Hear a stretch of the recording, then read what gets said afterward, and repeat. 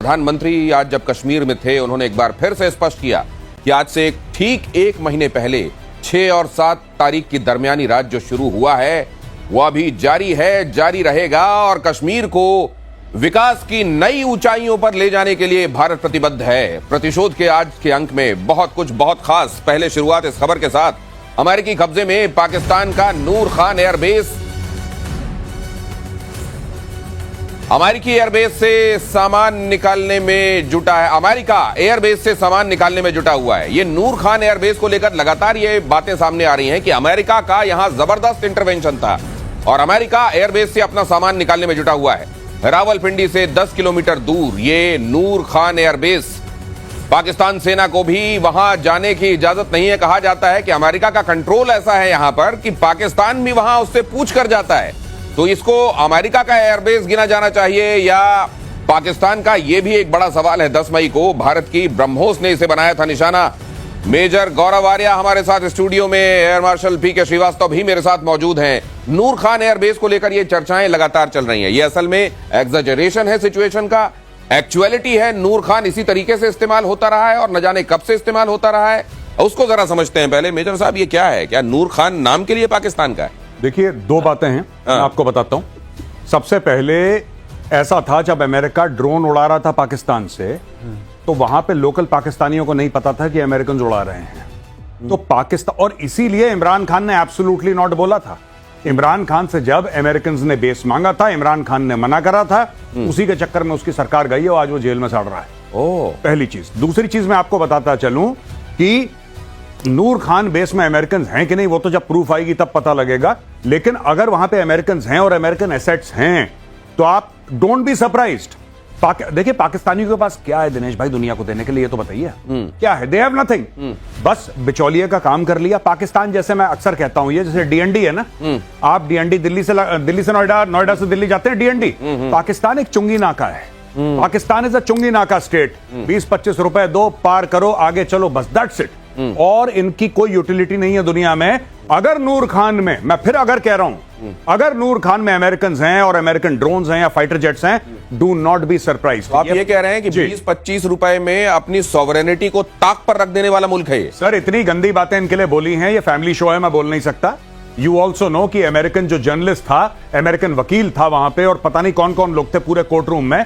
इन्होंने क्या क्या बोला था कि 10-10 रुपए में, जो मैं नहीं बोल सकता, बड़ी अजीब सी बात है वो। लेकिन ये पाकिस्तानियों के बारे में फेमस है। पाकिस्तानी अपनी गैरत कुछ डॉलरों के लिए बेच देते हैं। अमेरिकन का फोन कॉल आया, ये जमीन पे लेट गए, बोला मालिक कितने पैसे लगेंगे? पैसों की बात करो, अगर पैसे मिलते हैं तो ठीक है। इन्होंने बेच दिया होगा। इनमें इट्स नॉट सरप्राइजिंग अगर नूर खान बेच दिया। ऐसा फेक तमाशा देख, क्या इसका ओरिजिन पाकिस्तान को देखकर ही हुआ था? ये आप भी इसमें कुछ शुरुआत में टिप्पणी करना चाह रहे थे? ये कहना चाह रहा था कि ये जो इसकी सोवरेंटी आपने बात किया ना, जब सोवरेंटी होगी तब बात है। शमसी एयरपोर्ट का यूएवी के लिए पता नहीं कब से इस्तेमाल हो रहा था। वहां जब भगदड़ मची, हंगामा मचा आवाम में, तब वो बंद हुआ। तो नूर खान के बारे में भी यही है? नूर खान के बारे में आपको बता रहे हैं, वहां एसपीडी था, वहां वीआईपी। एसपीडी क्या है? Strategic plan division. मतलब वही कंट्रोल करते हैं जो इनके न्यूक्लियर वेपन्स हैं। अच्छा। और वहां कमांड कंट्रोल सेंटर था। अच्छा। और वहीं पर ट्रांसपोर्ट डिवीजन था। ओके। और वहीं पर इनका एक इंजीनियरिंग डिपो भी है। तो सर, एक बात खुलकर मैं आपसे पूछ लेता हूं आज, मेजर गौरव आर्य जी, कहीं ऐसा तो नहीं है कि पाकिस्तान को एक पोटेंशियल थ्रेट भारत के बगल में बनाए रखने के लिए असल में उसके पास कुछ एक पटाखे ऐसे दे दिए गए हों जिसको अमेरिका ने फोड़वाया हो, अमेरिकन ताली बजाओ हो, यहां परीक्षण हो गया, बम बन गया, बम बन गया, बम बन गया। असल में वहां बम जो है एक स्पूफ हो और वहां पर यह खुलासा हो गया और अमेरिका को इसी बात का डर लगा, इसीलिए फिर ये इंटरवेंशन की बात होती है या ये कहा जाता है कि सीज फायर के लिए इनिशिएटिव्स लिए गए। एक और थ्योरी है जो पाकिस्तानी सोशल मीडिया पे चल रही है, मैं आपको ये भी बता दूं। ये पाकिस्तानी आपस में डिस्कस कर रहे हैं, हमारी थ्योरी नहीं है, पाकिस्तानी डिस्कस कर रहे हैं। और पाकिस्तानी सोशल मीडिया पे ये डिस्कस कर रहे हैं कि भाई साहब, ऐसा तो नहीं कि जब यहां से इंडियन एयरफोर्स ने बम दागे और वो मिसाइल जाके ब्रह्मोस जाके नूर खान बेस पे लगी, उस वक्त अमेरिका का फोन आया कि बॉस हम यहां पे हैं, किसको मार रहे हो?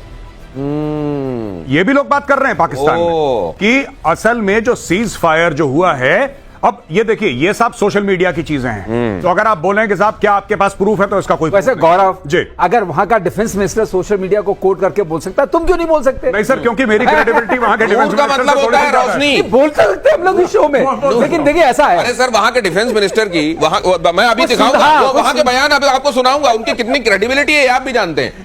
नूर का मतलब होता है रोशनी। क्या वहां से वाकई ऐसी एक रोशनी निकल रही है जो खुद पाकिस्तान को एक्सपोज कर रही है? ऑपरेशन सिंदूर का एक और सबूत आया सामने, आतंकी अड्डों की तबाही की तस्वीरें आई सामने। बहावलपुर में जैश हेडक्वार्टर की ड्रोन फुटेज आई है सामने। बताइए। ऑपरेशन सिंदूर में भारत ने 9 आतंकी अड्डे तबाह किए थे, और बहुत सारे लोग तो ये कहते हैं कि पहले पाकिस्तान में, ये जरा देखिए, इसको यहां डालिए, हम दिखाने की कोशिश करेंगे। इसको ये देखिए, ये हमले से तबाह, और ये तो बहुत अच्छे से ये डोम अब लोग पहचानने लगे हैं जिनको उड़ाया गया था, और किस तरीके से वहां फिर एक के बाद दूसरी लाशें निकल रही थी। खुद ये मसूद अजहर कह चुका है कि मेरे कंधे जो हैं वो थक रहे हैं, ये इतने सारे जनाजे उठाकर, और मैं लगातार रो रहा हूं वगैरह वगैरह। उसने बहुत सारी बातें की हैं, लेकिन लोग ये कह रहे हैं मेजर साहब जी, पहले वहां जो एक आध कथित टूरिस्ट स्पॉट हैं जी, पहले लोग वहां जाया करते थे देखने जी, अब मस्जिद सुभान अल्लाह देखने जाते हैं। हाँ, कि ऊपर जो आशीर्वाद दे रखे हैं 3-3 जगह। हाँ, तो ये जो नहीं, हाँ, वो यहाँ से झांक के देखते हैं कि नीचे क्या था, यहाँ पे क्या था। तो पहले ऊपर जाते हैं, वहां से झांक के देखते हैं कि नीचे क्या था। एक बचा हुआ है लेकिन अभी, ये असली है नूर खान एयरबेस, उसमें से नूर गिर रहा है ऊपर से। हाँ, तो हाँ, यहाँ नूर आने की व्यवस्था कर दी गई है, यहाँ अच्छे से नूर पहुंचता रहे, प्रकाश आता रहे। लेकिन ये बहुत सारे लोग ये भी कह रहे हैं जी कि जब आप आतंकवाद को खत्म करने की बात कर रहे हैं, आपने इन आतंकवादियों को तगड़ी चोट तो दी है जी। इन आतंकवादियों की जो फितरत है, ये यहां से बड़ा असर्ट करके वापस लौटेंगे। अब इनके हौसले पस्त हो गए हैं, आने वाले दिनों में कोई इस तरह का काम करने से बाज आएगा, क्या होगा? देखिए, मुझे ऐसा लगता है कि ये फिर मारेंगे, इनोसेंट लोगों को मारेंगे, ये लोगों का धर्म पूछ के मारेंगे, ये ऐसी चीजें करते रहेंगे। ये ये सीखते भी है ना। कई बार पाकिस्तान ने प्लान बनाया, पाकिस्तान का 1965 और 1999 कारगिल में यह प्लान था कि जब हम घुसेंगे भारत के अंदर, जब हम अटैक करेंगे, तो कश्मीरी मुसलमान हमारे साथ खड़ा हो जाएगा और भारत के खिलाफ वो कार्रवाई करना शुरू कर देगा। तो कश्मीरी मुसलमानों ने दिखा दिया ठेंगा, बोला गेट आउट। तो पाकिस्तान का पूरा मामला फ्लॉप हो गया। अब इन्होंने क्या सोचा कि जब हम धर्म पूछ के सर पे गोली या छाती पे गोली मारेंगे तो भारत में हिंदू मुस्लिम फसादात हो जाएंगे। वो भी नहीं हुए, तो ये अपनी स्ट्रैटेजी चेंज करते रहेंगे। ये जो टेररिस्ट हैं, अच्छा ये काम नहीं करा तो ये काम नहीं करा, चलो ये करके देखते हैं, और ये करते रहेंगे, लगातार दर लगातार करते रहेंगे। भारत को कैसे रिस्पॉन्ड करना है, ये भारत को सोचना है। लेकिन दिनेश, इसमें एक बात है कि अब इनको ये पता है कि जब भी करेंगे पिटेंगे, और जोर से पिटेंगे। जो सामने खड़ी रहती थी, इनका आकाओं की दीवार खड़ी रहती थी, वो खत्म की है इस ऑप सिंदूर ने। तो कायदा तो ये कहता है कि अब बाज आना चाहिए, लेकिन ये कहां कायदे वाले हैं? वो ये कहता है कि ये बाज नहीं आएंगे। अगली खबर देखिए, मोस्ट वांटेड हाफिज सईद के आतंकी बेटे तलहा सईद ने शाहबाज की पोल सरेआम खोल दी। तो आतंकी तलहा सईद ने कहा, खुलेआम मुनीर आर्मी की सुरक्षा में घूमता है हाफिज सईद। आतंकी तलहा का दावा, पाकिस्तान सरकार हाफिज को भारत सौंपने के बारे में सोच भी नहीं सकती। ये हौसले हैं इनके वहां पर। जरा सुन लीजिए, ये देखिए, ऐसे डिक्टेट किया जाता है वहां पर वहां की सरकारों को। ये डेजिग्नेटेड टेररिस्ट है, ये डेजिग्नेटेड टेररिस्ट। और मैं उम्मीद करता हूं सिर्फ पाकिस्तान नहीं, पूरी दुनिया में इसको देखा जा रहा होगा। How would you react to this? देखिए, दो चीजें हैं, ये डेजिग्नेटेड टेररिस्ट है, और सिर्फ भारत की तरफ से नहीं, ये यूनाइटेड नेशंस और यूनाइटेड स्टेट्स यानी कि संयुक्त राष्ट्र और यूएसए की तरफ से, अमेरिका की तरफ से डेजिग्नेटेड टेररिस्ट है। खुलेआम घूम रहा है, खुलेआम इसको सिक्योरिटी प्रोवाइड करी जा रही है।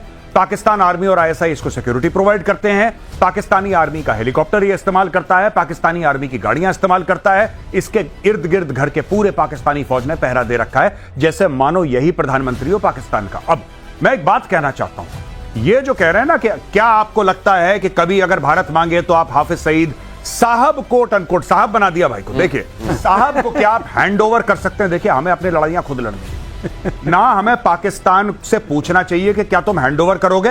हम पता लगाएं ये कहां रहता है, वहां पे आपको ब्रह्मोस मारना है, वहां पे टीम भेजनी है, वहां पे आपको पैरा एसएफ की टीम भेजनी है इसको निपटाने के लिए। आपको जो करना है आप करिए।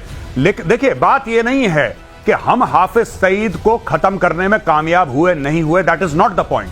पॉइंट यह है कि हाफिज सईद हर रात को अपना घर बदले, उसके मन में ऐसी दहशत, ऐसा खौफ होना चाहिए कि हर रोज अटेम्प्ट हो रहा है हाफिज सईद की लाइफ पर। हर रोज मौलाना मसूद अजहर यह कह रहा है कि रात को अगर मैंने आंखें बंद कर दी तो हो सकता है सवेरे मैं खोल ना पाऊं अपनी आंखें। इतनी दहशत इनके मन में। एंड एवरी सिंगल डे आप कैसा भी करें, आपको मिसाइल मारनी है, आपको किसी और को भेजना है, किसी और से आप भी समझ रहे हैं मैं किसको बोल रहा हूं। बिल्कुल, आपको अज्ञात भेजने, आपको जो करना है डेली अटेम्प्ट होना चाहिए।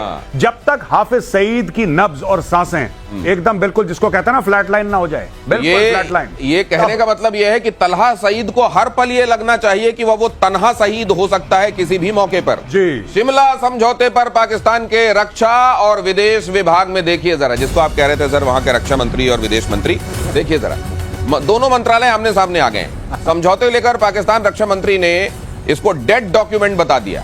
पाकिस्तान विदेश मंत्रालय ने दी सफाई, समझौता रद्द करने का कोई औपचारिक कदम नहीं है। दिनेश यही सुन लीजिए सर, ये सुनाएंगे भी क्या प्रोडक्शन टीम।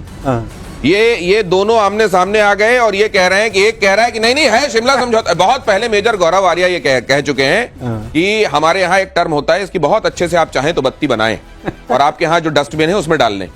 अब ये जो एक तरफ से कहा जा रहा है कि नहीं है, एग्जिस्ट करता है, और दूसरी तरफ से ये इनकी मूर्खता की निशानी है या असल में वहां पे भी स्ट्रेटेजिक एम्बिग्विटी चल रही है? नहीं, कोई एम्बिग्विटी नहीं चल रही है। बेसिकली बैलेंस सब लोग, मैं आपको बताता हूं, साफ सीधी बात है। पाकिस्तान में जो पानी का मंत्री है ना, जो अभी बेरोजगार हो गया क्योंकि पानी तो है नहीं वहां पे, पानी का मंत्री वो टैक्टिक्स और स्ट्रेटेजी के बारे में बात करता है।